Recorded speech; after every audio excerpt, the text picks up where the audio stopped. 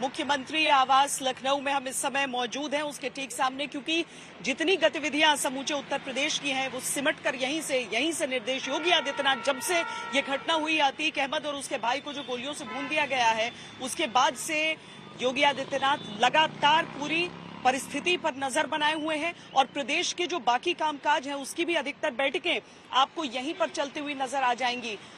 मुख्यमंत्री योगी आदित्यनाथ से मिलने जो वरिष्ठ अधिकारी हैं, पुलिस हो या प्रशासन हो, उसकी तरफ से सवेरे से आते रहे हैं। दरअसल पूरा जो घटनाक्रम है उस पर नजर और साथ में जिस तरह की तफ्तीश हो रही है, कल ही हमने देखा था किस तरीके से एक जांच आयोग को गठित किया गया था जिसे 2 महीने के भीतर अपनी रिपोर्ट सबमिट करनी है, लेकिन ये जो इन्वेस्टिगेशन वाली चीज है जिसमें एसआईटी के जरिए यहां पर पूरा मामला सामने आना है, उसके भी गठन की जानकारी आज आई। मुख्यमंत्री योगी आदित्यनाथ ठीक यहीं पर और यहां से अलग अलग अफसरों अधिकारियों के साथ बैठक करके वो यहां पर निर्धारित कर रहे हैं प्रदेश भर का जो काम है जिसमें कानून व्यवस्था बहाल रहे, नियंत्रित रहे, इन सभी चीजों पर नजर है।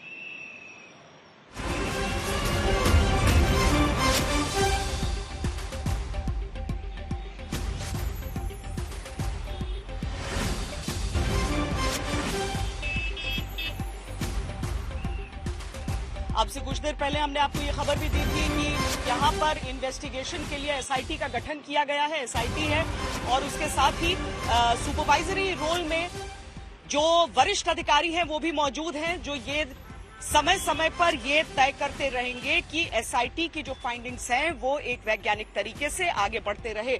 पुलिस की तरफ से अभी तक जो पूछताछ हुई है और अब आगे जो और इन तीनों शूटरों के जरिए निकल सकता है उन सारी चीजों को, क्योंकि अभी तक अतीक अहमद गैंग और उसकी अभी तक जो चीजें थी उस पर नजर थी, उसके गैंग के और लोगों की भी अभी धरपकड़ होनी है, लेकिन ये दूसरा पहलू जिसको अभी और गहन इन्वेस्टिगेशन के जरिए निकलना है।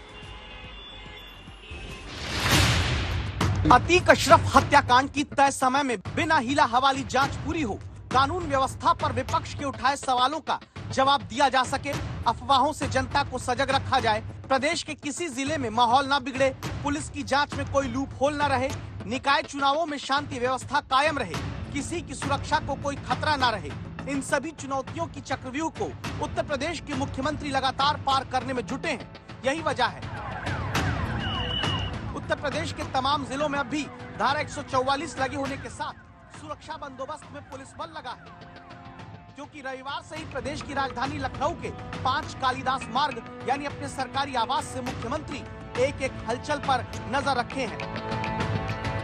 आज तक संवाददाता श्वेता सिंह आपको मुख्यमंत्री की पूरी रणनीति पर खबरदार करती है। अतीक अशरफ गोलीकांड के बाद से लगातार उत्तर प्रदेश सरकार जो है वो हरकत में है। निकाय चुनाव यहां पर होने हैं और आज उसके पहले चरण के नामांकन का अंतिम दिन है, लेकिन इसके बावजूद सभी जो प्रचार का काम है वो टाला गया है। किसी भी तरह की कोई सभाएं नहीं है, दोनों उप मुख्यमंत्री भी अपनी अपनी सभाएं नहीं कर रहे हैं। ये मुख्यमंत्री आवास है जहां पर योगी आदित्यनाथ लगातार जिस रात ये गोलीकांड हुआ तब से अधिकारियों से संपर्क में है। पुलिस के वरिष्ठ अधिकारी यहां पर बैठक के लिए एक एक कर पहुंचते हैं, जो प्रशासनिक अधिकारी हैं वो सब यहां पर पहुंचते हैं। 2 तरफ से चीजों को देखा जा रहा है। पहला ये कि कैसे लॉ एंड ऑर्डर बरकरार रहे उत्तर प्रदेश के सभी इलाकों में, सभी जिलों में। चूंकि निकाय चुनाव का समय है तो छोटी सी भी चिंगारी काफी मुश्किल हालात पैदा कर सकती है। ये मुख्यमंत्री योगी के सख्त निर्देशों का ही नतीजा है। कड़े सुरक्षा घेरे में पहले असद को सुपुर्दे खाक किया गया, कहीं से कोई शांति व्यवस्था भंग होने की खबर नहीं आई। रविवार रात अतीक अशरफ को दफनाते वक्त भी प्रयागराज शांत रहा। अतीक के घर के पास के इलाके में शांति व्यवस्था बनाए रखने के लिए भारी सुरक्षा फोर्स मौजूद है। मुख्यमंत्री आवास पर लखनऊ में अगर कुछ दिखता है तो सिर्फ पुलिस और सरकार के बड़े अधिकारियों का आना जाना, जिससे साफ पता चलता है कि मुख्यमंत्री एक एक प्लान तय कर चुके हैं। नतीजा है कि जिस वक्त मुख्यमंत्री और सरकार के दूसरे मंत्रियों को निकाय चुनाव के प्रचार और पहले चरण के नामांकन में व्यस्त होना था, सारे पूर्व निर्धारित कार्यक्रम रद्द करके सिर्फ कानून व्यवस्था पर ध्यान केंद्रित किया गया है। आज भी डीजीपी, प्रमुख सचिव गृह समेत कई अधिकारियों से मुख्यमंत्री ने रिपोर्ट ली 3 शूटर से पूछताछ करने वाली एसआईटी के बारे में जायजा भी मुख्यमंत्री ने लिया। ये मुख्यमंत्री के ही आदेश का नतीजा है कि डीजीपी ने एडीजी जोन प्रयागराज की अगुवाई में एसआईटी बनाई। डीजीपी की बनाई एसआईटी अब प्रयागराज में जांच करती एसआईटी को भी मॉनिटर करेगी। मुख्यमंत्री चाहते हैं कि समय से फॉरेंसिक और इलेक्ट्रॉनिक एविडेंस इकट्ठा करके आरोपियों के खिलाफ चार्जशीट दायर हो। ये जो गोलीकांड हुआ है और अभी भी जो फरार शूटर हैं, उन सब की जो कड़ियां हैं उसे भी जोड़ना है।